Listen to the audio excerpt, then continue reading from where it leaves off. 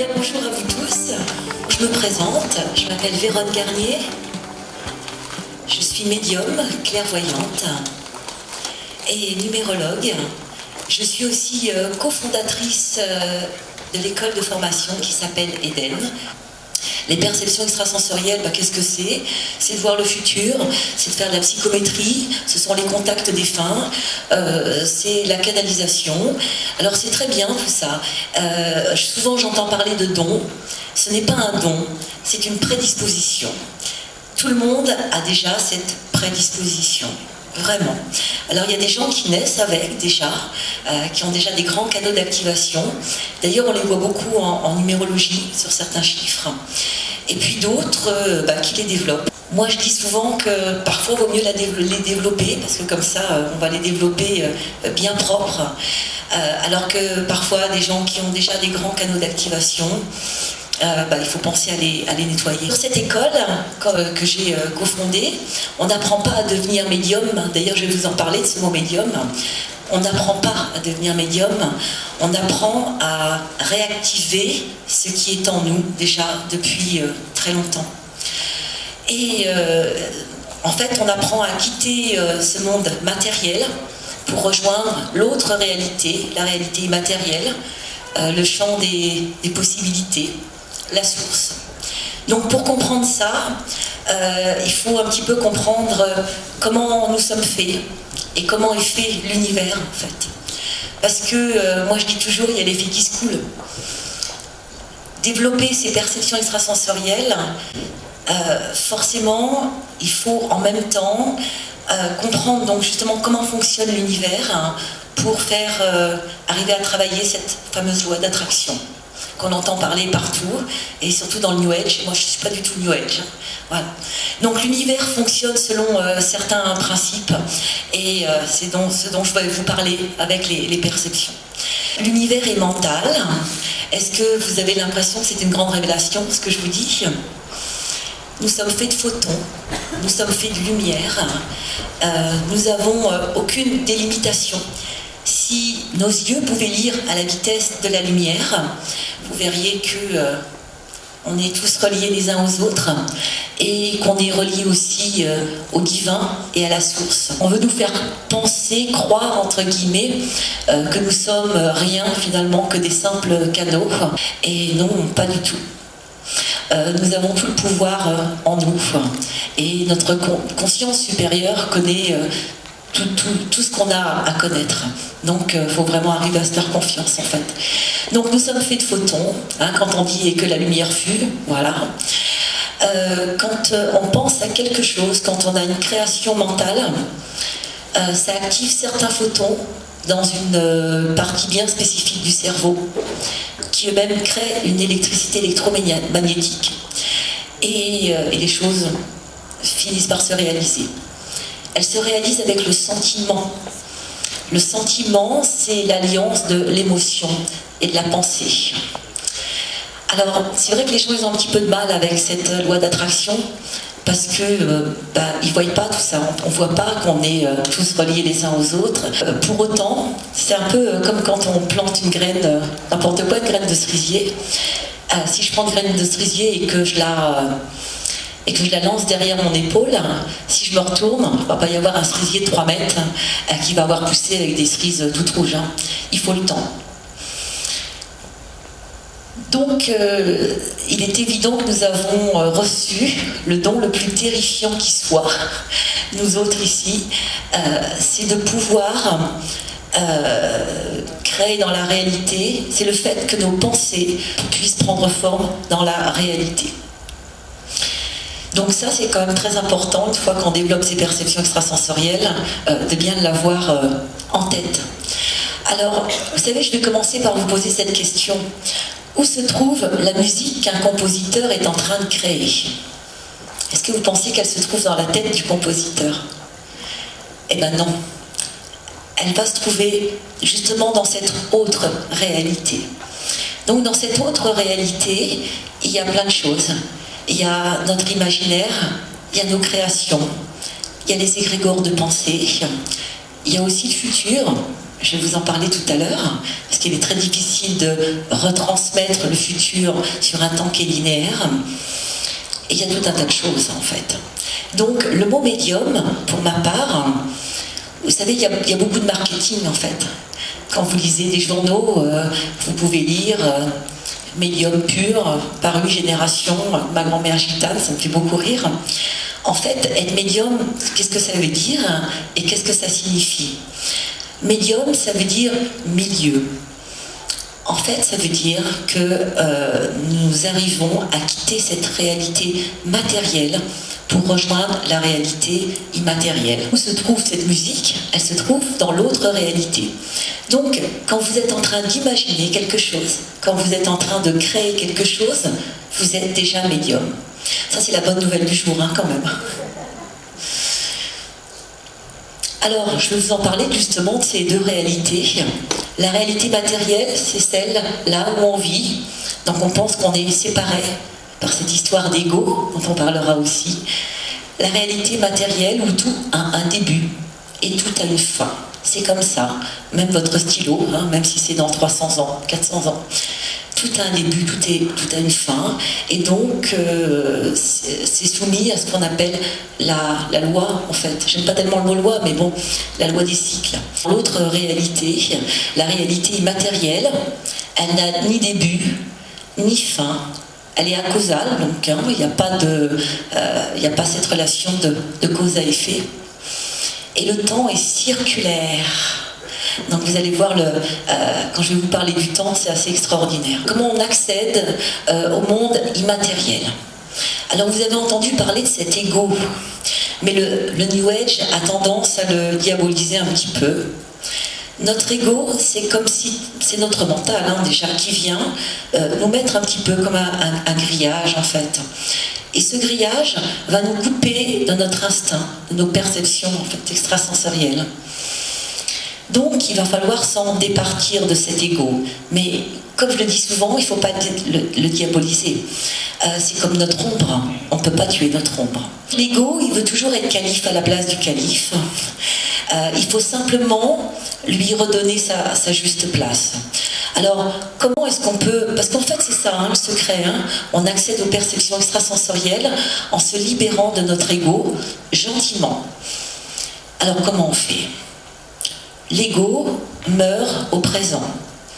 Donc lui, forcément, va lutter pour sa survie. Donc il va essayer de vous remettre sur du passé, sur des choses pas agréables, hein, en règle générale, ou alors sur un futur hypothétique pas mieux. Mais en tous les cas, il faut qu'il ait un os à ronger tout le temps. Et d'ailleurs, vous devez voir qu'on est toujours occupé par ce mental. Quand vous faites des récapitulations, par exemple, le soir, pensez à votre journée, depuis le matin où vous vous êtes réveillé. Et en règle générale, on s'aperçoit que c'est un gros gruyère. Parce que tout ce qu'on a vécu, on l'a fait en pensant à autre chose. Par exemple, qui c'est qui peut se rappeler de la journée qu'il a passée hier, vraiment dans les détails, du matin où il s'est levé au soir où il s'est couché? C'est assez compliqué, hein. Parce que souvent, on fait les choses de la vie accaparées par le mental en pensant à autre chose. Il faut vivre un petit peu plus le moment présent. Et à partir de là, on peut ouvrir effectivement ses perceptions. Au présent, il meurt pas pour toujours, hein, parce que je vous rassure, il revient très très vite. Mais en tous les cas, voilà, il meurt. Alors on va le voir un petit peu après avec la méditation. Mais nous, on a le mental, on a le langage. C'est une des premières choses, en fait, qu'on apprend quand on est en philo. Moi, je me rappelle quand j'avais 18 ans et que je faisais de la philo, et que notre prof nous disait les animaux n'ont pas de langage. On disait, mais si, ils ont un langage, etc. Non, ils n'ont pas le langage comme nous. Ils peuvent avoir des sentiments, des émotions, se battre pour leur femelle. En fait, leur ego, il est très petit. Mais ils ne peuvent pas arriver à un carrefour et puis se dire, en se grattant la tête, est-ce que je vais à droite ou est-ce que je vais à gauche? Ils ne sont pas dans le jugement. Ils ne peuvent pas lier un concept. Nous sommes dans le jugement en permanence. Vous savez, ces grands maîtres, il n'y en a pas beaucoup hein, dans le monde, qui arrivent à être sans jugement, c'est complètement impossible de voir leur avenir. Ils sont dans le présent tout le temps en fait. Alors comment on se départit de notre ego? Bien évidemment par la méditation normale, classique on va dire. Tout le monde n'a pas le temps, tout le monde n'a pas le tempérament pour le faire. Il y a beaucoup de gens qui méditent. Ah quand même. Alors il y a des maîtres à penser, je pense à Deepak Chopra, qui dit qu'il faudrait méditer 30 minutes par jour. Même pas, lui dit 30 minutes le matin, 30 minutes le soir. C'est beaucoup quand même. Hein. Vous savez, même si vous le faites 5 minutes, c'est vraiment extraordinaire. Donc il y a cette méditation classique. Moi je vous recommande aussi de faire cette méditation pour ceux qui le font, même de commencer par 5 minutes et d'augmenter un petit peu plus après si vous avez le temps. De la faire en écoutant une musique reliée à la terre. Parce que vous savez, nous sommes aussi, effectivement, nous sommes faits de photons, mais nous sommes faits, tout est fait de fréquences en fait, qu'on mesure par notre taux vibratoire. Et il est bien de faire cette méditation classique sur du 432 Hz ou sur du 528 Hz. Le 528 Hz, c'est la note Mi du miracle, et le 432 Hz est relié à la Terre. Avant, toutes les musiques étaient en 432 Hz. Ça a changé pendant la Deuxième Guerre mondiale. Comment il s'appelle, Monsieur Goebbels, voilà, qui était dans le Troisième Reich, a décidé de changer la fréquence. Et nous sommes passés en 440, dans les années 50. C'est une fréquence qui n'est plus reliée à la Terre. Et Platon disait, et c'est vieux Platon, pour contrôler un peuple, contrôler sa musique. Tout ce que je vous dis, parce que je ne suis pas une encyclopédie vivante, c'est ma vérité à moi, je ne vous demande pas, je vous laisse votre libre arbitre. Tout ce que je vous dis, moi j'aime bien les scientifiques en fait, et ça a été mesuré. On a vu que le 432 Hz qui était relié à la Terre, ça permettait de faire mieux pousser les plantes, ça avait une action sur le chlorophylle. Et le 528, puis il y en a plein, c'est ce que j'appelle le solfège sacré, il y en a bien d'autres aussi, vous vous renseignerez là-dessus, c'est très bien. Donc déjà, si vous pouvez faire effectivement ces petites méditations sur ces fréquences, c'est génial. On va en reparler des fréquences de toute façon. Celui qui n'a pas le temps, il y a des gens qui n'ont pas le temps de faire de la méditation classique, c'est pas évident, ou qui ont des tempéraments très... comme moi, même si ça ne se voit pas là, je suis assez active. Vous pouvez faire ce que j'appelle la méditation active, en fait. C'est-à-dire être dans le présent quand vous faites quelque chose. Quand vous mangez, par exemple, eh bien, vous sentez la fourchette vraiment dans votre main, sa texture, le goût des aliments, votre respiration, tout. Même quand vous vous lavez les mains, l'eau sous vos mains, le savon, l'odeur. Et là, vous allez voir que le mental ne peut pas rentrer. C'est absolument impossible. Et quand le mental ne rentre pas, vous êtes inspiré. Cette inspiration, c'est quoi? On est relié en fait, on est relié à la source. C'est pas une voix qui va vous parler dans votre tête. C'est que vous allez faire des choses qui vont, cette histoire de cause à effet, qui vont effectivement vous apporter des choses qui sont positives. Je me rappelle, j'ai beaucoup... J'avais drivé un petit peu mes enfants, dont un de mes fils, qui s'appelle Maxime, et il m'avait dit, tu sais maman, parce que lui il a de la chance en fait, il trouve toujours des billets de banque, des petits trucs sympas. Donc lui il est parti du fait qu'il avait de la chance. Et donc du coup forcément, comme il a créé ça, il a toujours de la chance. Et il m'avait raconté, tu sais maman, je me promenais dans les bois, je ne pensais à rien, et tout d'un coup, j'ai baissé la tête, je ne sais pas pourquoi, et j'ai trouvé un billet de 50 €, encore, par terre. C'est pas une voix qui lui a dit baisse la tête, il y a 50 € par terre. Ça s'est fait machinalement, parce qu'il pensait à rien, justement. Son ego spirituel n'était pas là pour lui couvrir son mental. La méditation active, c'est quand même très très bien. Et ça, tout le monde peut le faire. Vous allez chez votre boulanger, vous faites la même chose, et vous verrez que c'est super quand même. vous vous mettez dans votre présent. Moi, si vous voulez, quand je fais des consultations, je passe pas 5 minutes ou 10 minutes avant à me mettre, effectivement, à me départir de mon ego. C'est quelque chose qui se fait automatiquement. C'est-à-dire, je suis ici et maintenant. Et à partir de là, c'est drôle, hein, mais pour aller dans le futur, dans le passé, où vous voulez, ou pour faire des contacts, tout ce que vous voulez, il faut être dans le présent. Il ne faut surtout pas se mettre dans le futur. Et à partir de ce moment-là, voilà, je peux commencer. C'est quelque chose d'un petit peu automatique. C'est-à-dire, vous poussez, c'est comme un levier, en fait. Hein. Vous vous dites, voilà, je suis ici et maintenant, et je peux commencer. Il va falloir se mettre dans le présent. À partir de ce moment-là, vous allez ouvrir ce que j'appelle vos canaux d'activation. Alors, selon les gens, ils sont plus ou moins hauts.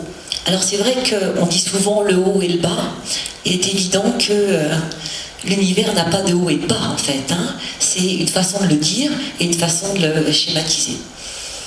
Plus vos canaux d'activation peuvent aller haut, dans le positif, bien évidemment, parce que l'univers a un côté positif et négatif, comme dans toute chose, plus il peut aller bas aussi. Et c'est ça qui est très important, qu'il faut faire très attention. On va en parler des canaux propres. Vous pouvez être au bon endroit, au bon moment, relié avec Alors qu'est-ce que c'est ce que je vous parle des égrégores depuis tout à l'heure? Les égrégores, ce sont un groupe de pensées vers le même but.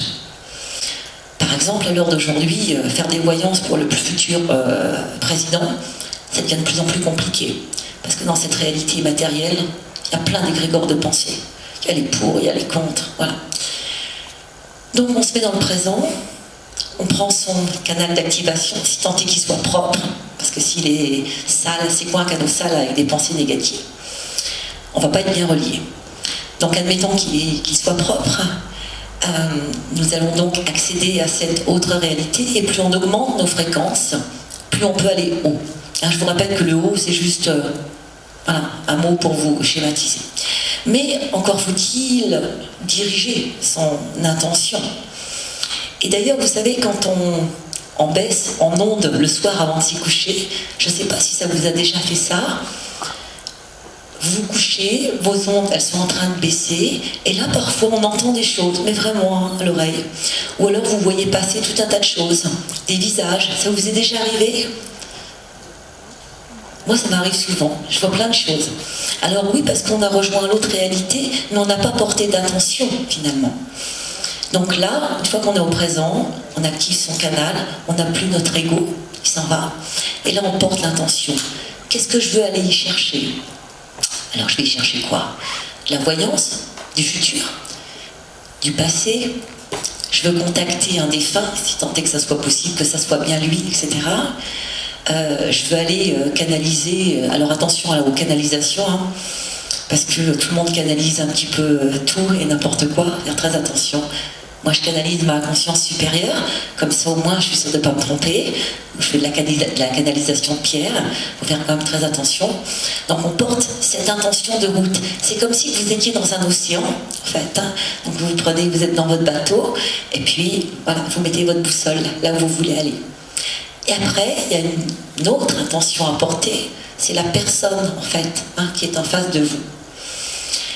Et moi, en plus de ça, pour ne pas tomber sur des égrégores de pensée ou sur sa pensée, parce que la personne qui est en face de vous, elle a ses propres créations, elle a ses propres désirs. Et pareil que la musique du compositeur, ils sont où, ses propres désirs? Ils sont au même endroit. Ah, de la difficulté. Et donc moi je demande aux gens, vous êtes bien ici et maintenant.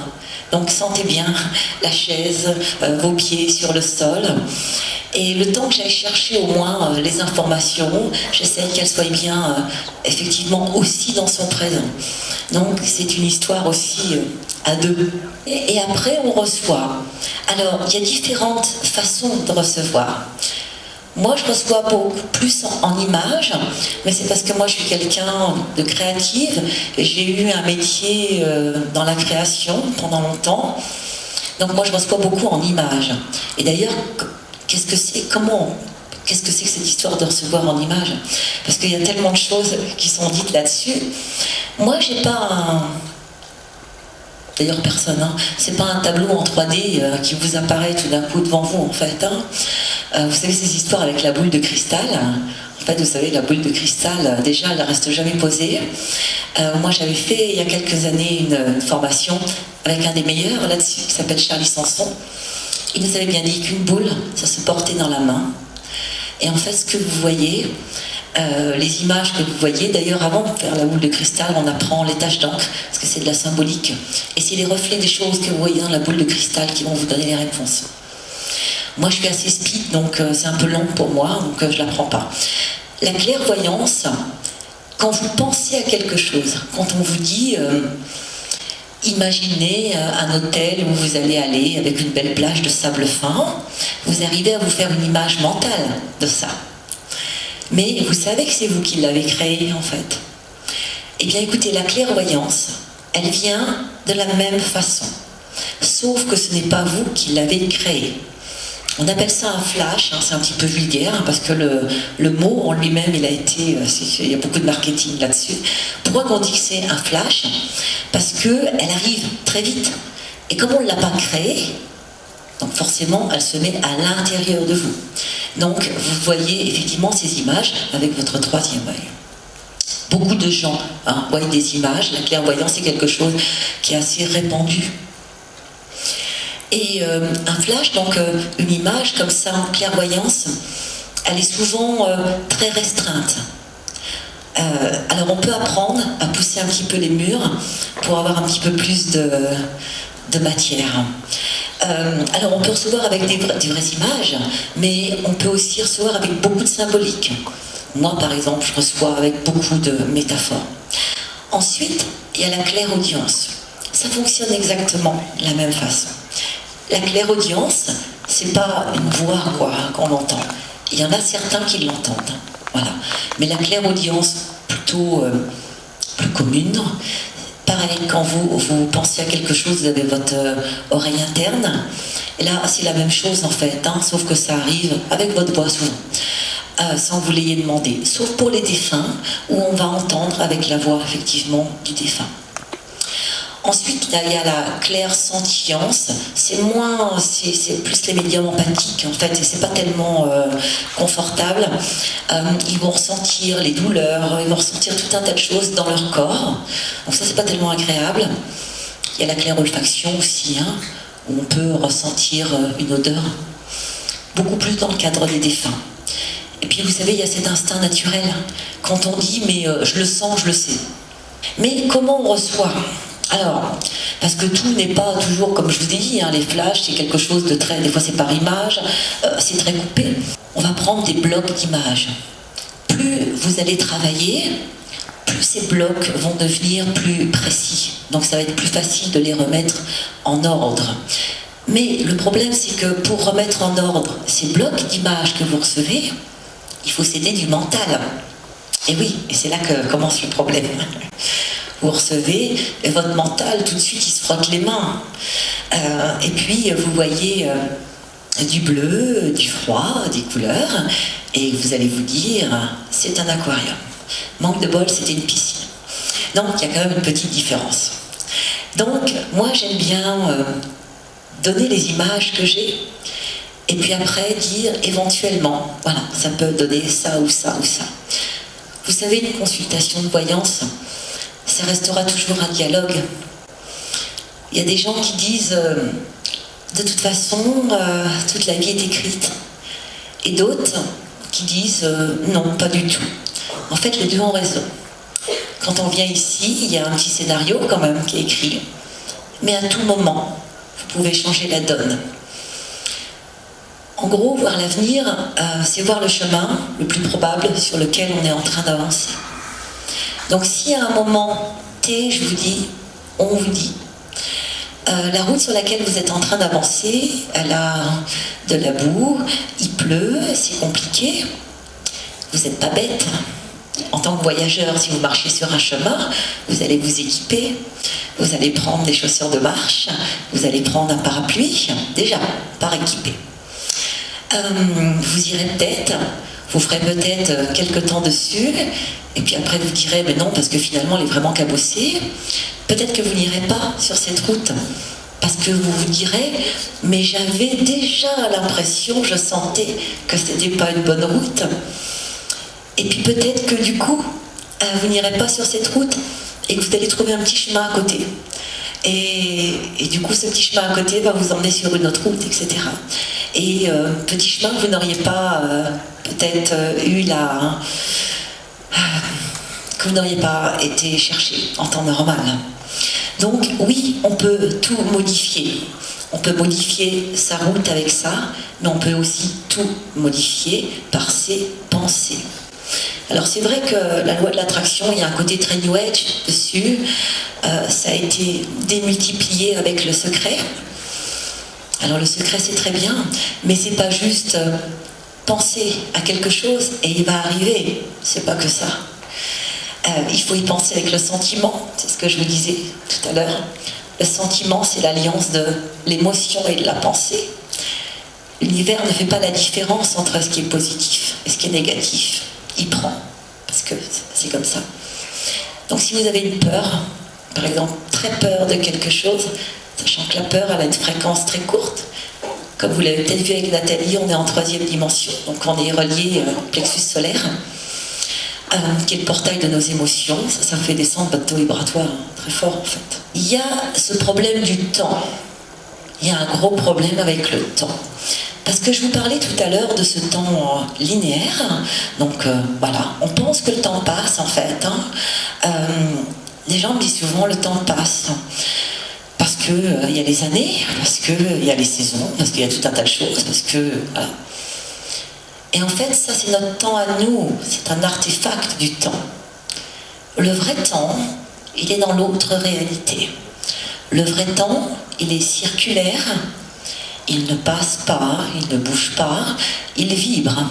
Vous imaginez une espèce de grande spirale comme ça, en fait, le temps. Et c'est vous qui avancez autour du temps. La loi du temps, c'est quelque chose qui est connu depuis très très longtemps. Ça fait partie de la connaissance de certains initiés en hermétisme. On va retrouver cette histoire du temps dans les tables d'émeraude. Et déjà, Platon, Pythagore, etc., connaissaient cette loi du temps. En fait, moi j'ai remarqué que tous les secrets de l'univers étaient dans notre langage courant. Quand vous entendez, même vous le dites peut-être, j'ai l'impression que je n'avance pas. Ben oui, où? Autour de ce fameux temps. Ou alors j'avance. Donc le mot magique, c'est j'avance. Qu'est-ce qui se passe dans cette histoire de temps? On doit absolument continuer à marcher autour du temps. Il ne faut surtout pas être en arrêt sur l'image.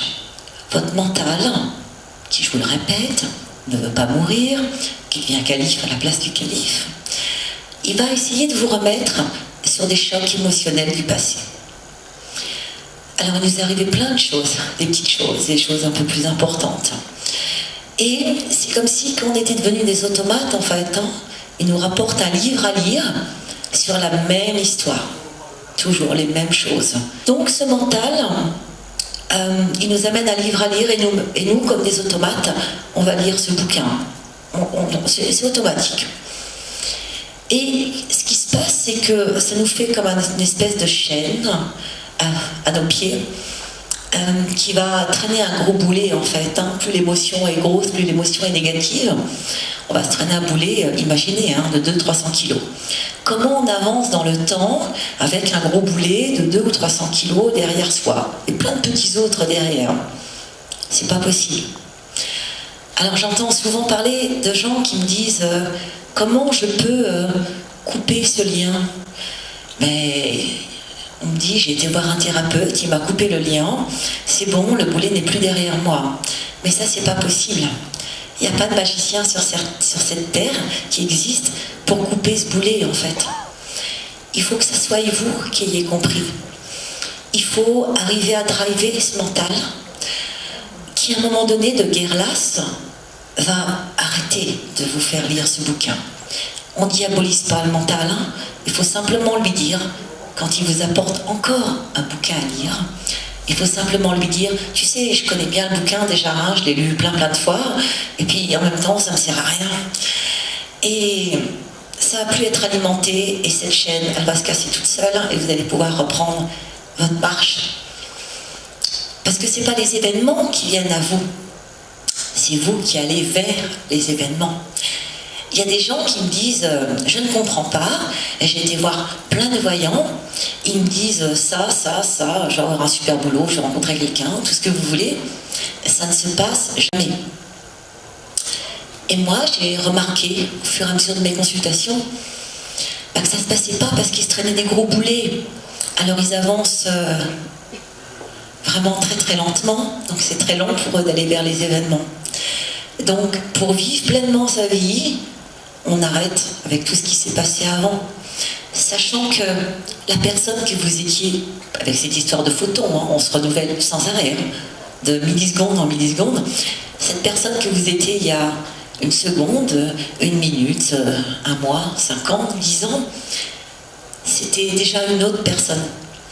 Donc finalement, entretenir des colères, entretenir du ressentiment, entretenir de la frustration, c'est comme si vous alliez voir votre voisin le lendemain du réveillon de Noël, que vous preniez toutes ces ordures, vous savez quand ça sent bien mauvais, hein, avec les huîtres et tout ça, vous mettez tout dans votre salon, c'est encombrant, ça sert à rien, c'est pas à vous. Voilà. Garder des colères, ça sert à rien. La seule chose que ça va faire, c'est que vous n'allez pas avancer, en fait, dans votre temps. Et puis, il y a des petits chapitres quand même à faire, encore plein. Et après quoi, vous allez finir votre incarnation, et puis il va vous manquer quelques chapitres. C'est souvent dans les derniers chapitres, hein, c'est ce que je dis, qu'il y a les meilleures choses. Donc voilà, il faut faire très attention avec ce temps. Alors, comme le temps, il est circulaire, donc la réalité matérielle, les égrégores, les créations, l'imagination, il y a tout un tas de choses, hein. Le passé, le futur, où tout est mélangé finalement. Et à l'intérieur, vous avez votre grande spirale en fait. Et là, on voit le futur. Et là, il faut voir effectivement ce qui va arriver et arriver à le repositionner sur ce temps linéaire qui n'est qu'un artefact de ce temps. Donc c'est compliqué. Alors souvent on se dit, ouais, quand c'est des images qui arrivent très vite, très fort, donc logiquement ça veut dire que c'est très vite. Oui, sauf si elles sont aussi reliées à une grosse émotion. Elles vont aussi arriver très vite, très fort. Donc voilà, il y a tout un système après. Moi j'utilise les cartes en tant qu'oracle médiumnique guidé, hein, pas les tarots, pour essayer de retrouver un espace-temps. Et donc c'est quand même compliqué. Et si la personne n'avance pas dans son temps, ce qui est circulaire, ça va être aussi compliqué de donner un espace-temps. Vous savez, des fois il y a des gens qui disent « je comprends pas, ça va lui arriver déjà il y a 6 mois, il y a 1 an ». Et vraiment, quand vous faites... parce que moi quand je lis l'avenir, je fais aussi un petit peu de coaching. Pour moi c'est tellement important de donner cette clé aux gens et on s'aperçoit qu'il y a trop de problèmes. Vous savez, vous avez peut-être tous connu des gens qui vivaient très vieux, 90, 95, 100 ans. Vous savez quoi? Ce sont des gens qui ne s'encombrent pas, en fait, avec des problèmes du passé. Ils avancent, ils tracent, et ils vivent vieux. Donc, les cartes, alors vous savez, il y a des gens qui demandent est-ce que vous êtes médium pur ou pas? Bon, je vais vous l'expliquer cette histoire, il n'y a pas de médium demi-pur en fait, hein, où on arrive à accéder ou pas. Après, c'est des hauteurs, c'est des fréquences en fait qu'on arrive à élever. Mais sinon, voilà, on peut tous aller dans cette réalité immatérielle. Donc, les cartes, ça peut amener, c'est des boosters en fait, hein. Ça peut être des boosters pour aller plus vite. Moi ça me permet de recouper. Et puis ça peut donner une notion de temps. Alors, quelqu'un qui travaille avec des cartes ne sera pas meilleur que quelqu'un qui n'en travaille pas avec, ou vice-versa. Hein, il y a une idée très répandue sur le fait que si on est médium sans support, on est mieux. Il n'y a pas en fait hein, cette notion. On peut prendre des cartes ou tout autre support. Donc, on a parlé des canaux qui sont pollués, hein, donc vous avez bien compris hein, ces histoires d'émotions négatives. L'importance de s'éloigner du passé, de se désidentifier d'émotions qui ne nous appartiennent pas. Et puis, donc j'en reviens un petit peu à cette loi d'attraction qui nous a été très vendue par le New Age en fait. Hein. Ce qu'on vit aujourd'hui n'est que la résultante de ce qu'on a semé en amont. Donc avant de travailler sur la loi de l'attraction, il faut regarder ce qu'on a, ce qu'on n'a pas, comment on vit. Et vous saurez finalement comment vous avez demandé. Alors c'est vrai que des fois il y a des choses très dures pour les gens, ça c'est difficile à expliquer, mais bon. Mais souvent, en règle générale, on vit ce qu'on a posé en amont.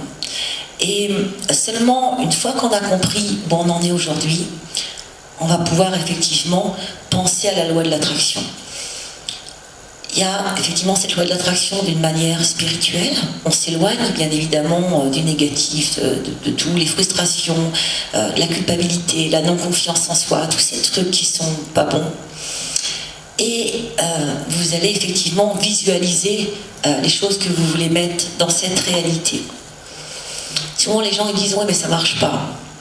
Vous allez avoir quelqu'un qui, par exemple, on va prendre des schémas qui vit dans la pauvreté, il va faire sa visualisation, il le fait bien, il y pense bien, il visualise bien, et puis après, il ouvre les yeux et puis il voit voilà, ce qu'il a autour de lui, et il va dire ça marche pas.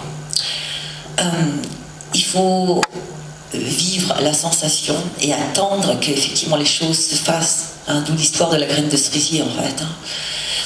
On vit l'expérience là on vit l'expérience de ce qu'on a semé. On ne peut pas changer l'expérience de ce qu'on vit maintenant avant d'avoir ressemé. Vous savez, les mots qu'on dit, c'est quand même assez important. Notre monde extérieur est à l'image de notre monde intérieur. Les mots ont une fréquence, comme les émotions, comme tout. Donc si vous êtes très en colère et que vous dites « je suis extrêmement en colère », vous avez à voir la fréquence de ce mot.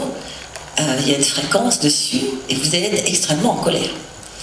Si vous remplacez « je suis extrêmement en colère » par « je suis légèrement irrité », déjà c'est moins... On n'arrive pas à être autant en colère. Vous essayerez la prochaine fois. On fait attention aux mots qu'on dit. Et il y a des mots dans notre langage courant qui sont absolument catastrophiques, quoi. J'ai les boules, ça me prend la tête, j'en ai plein le dos. Il faut vraiment faire très attention à ça.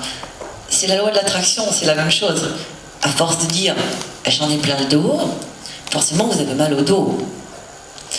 Vous savez, j'avais vu une émission à la télé il y a quelques années, et c'était un monsieur qui montait à cheval, et il aimait tellement monter à cheval, il disait « je suis un centaure », et répétait à l'envi « je suis un centaure ».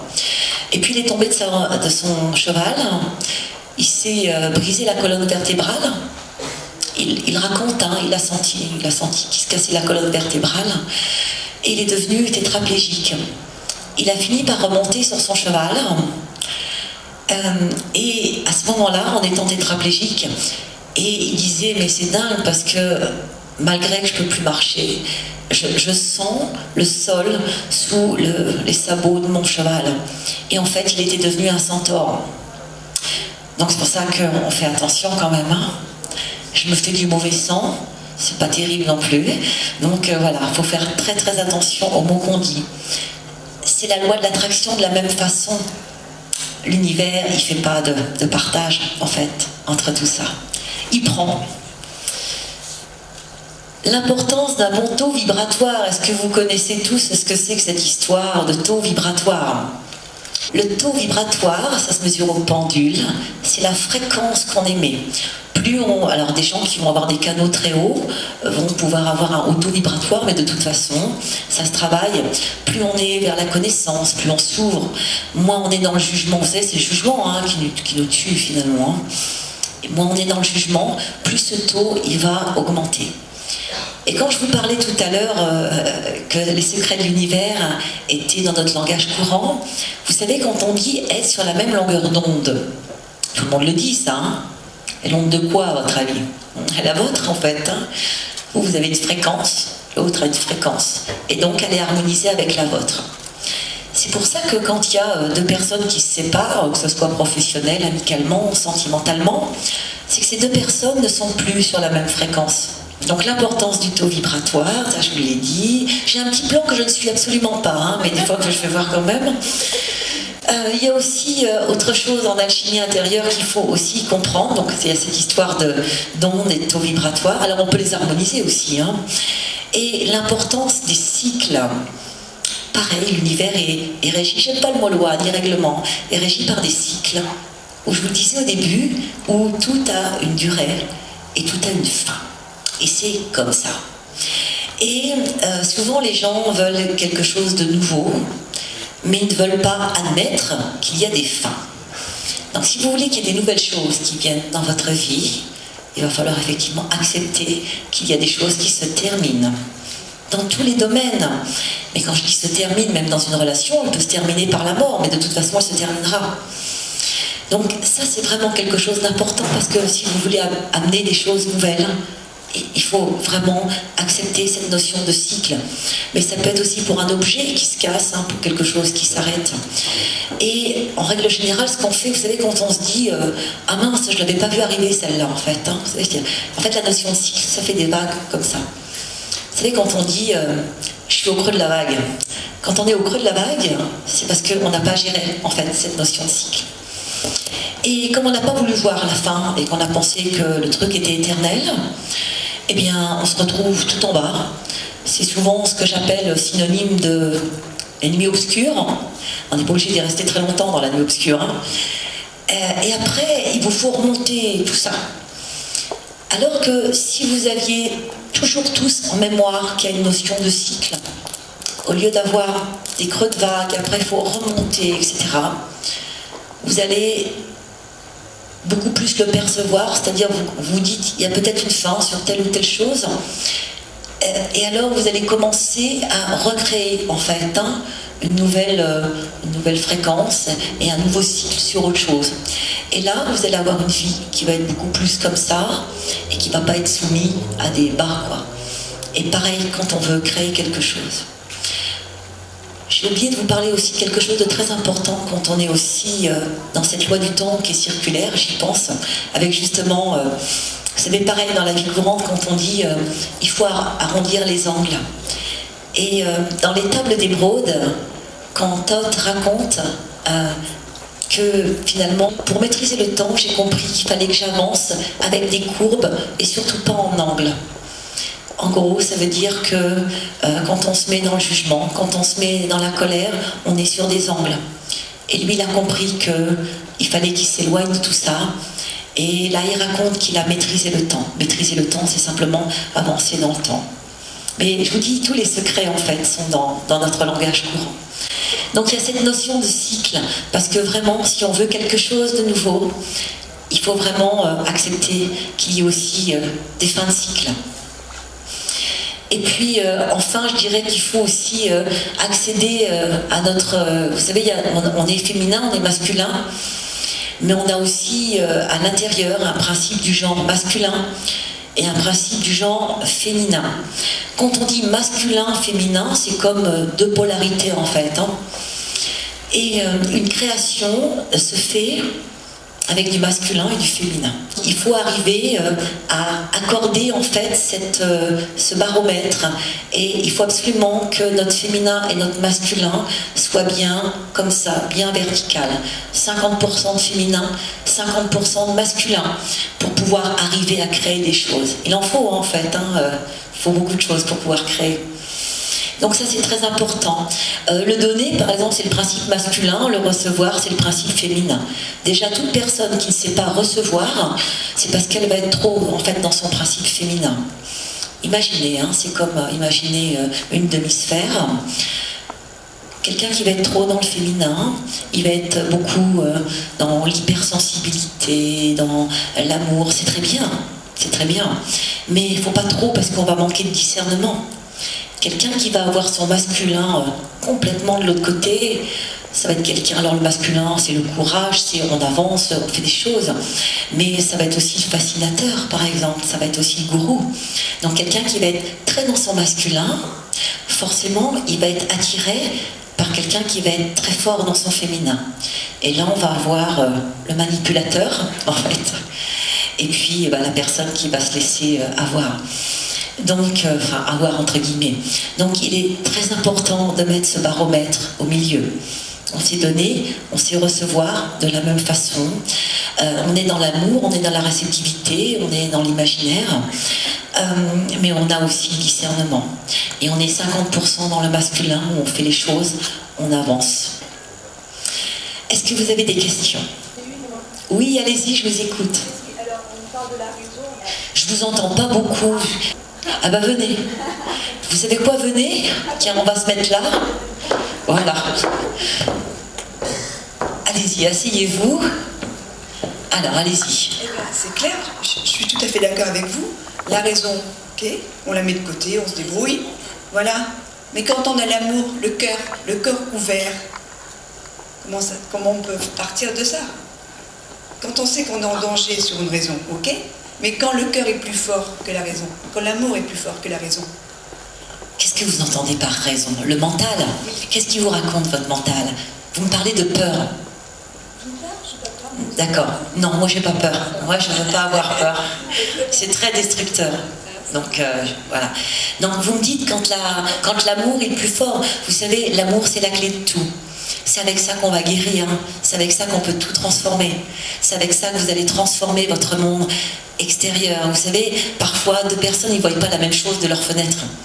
Donc c'est l'amour qui va tout transcender, je suis d'accord. Et vous me dites que derrière ça, vous avez une espèce de raison. C'est ça, la raison, c'est le mental.